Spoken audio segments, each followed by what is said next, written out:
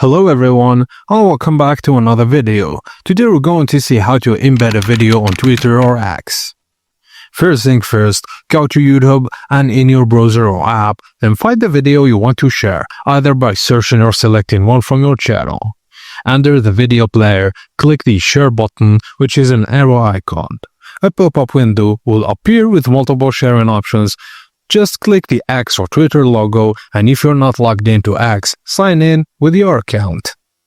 Now, a new tweet or post window will open with the video link already inserted. Add texts, hashtags, or mentions to make your post engaging. And click post, and the video will be now appearing in your feed with a clickable preview. Your followers can watch it directly on X without leaving the app. And done. That's how you easily embed a YouTube video into your Twitter post. Thank you guys for watching, and please don't forget to like and subscribe for more.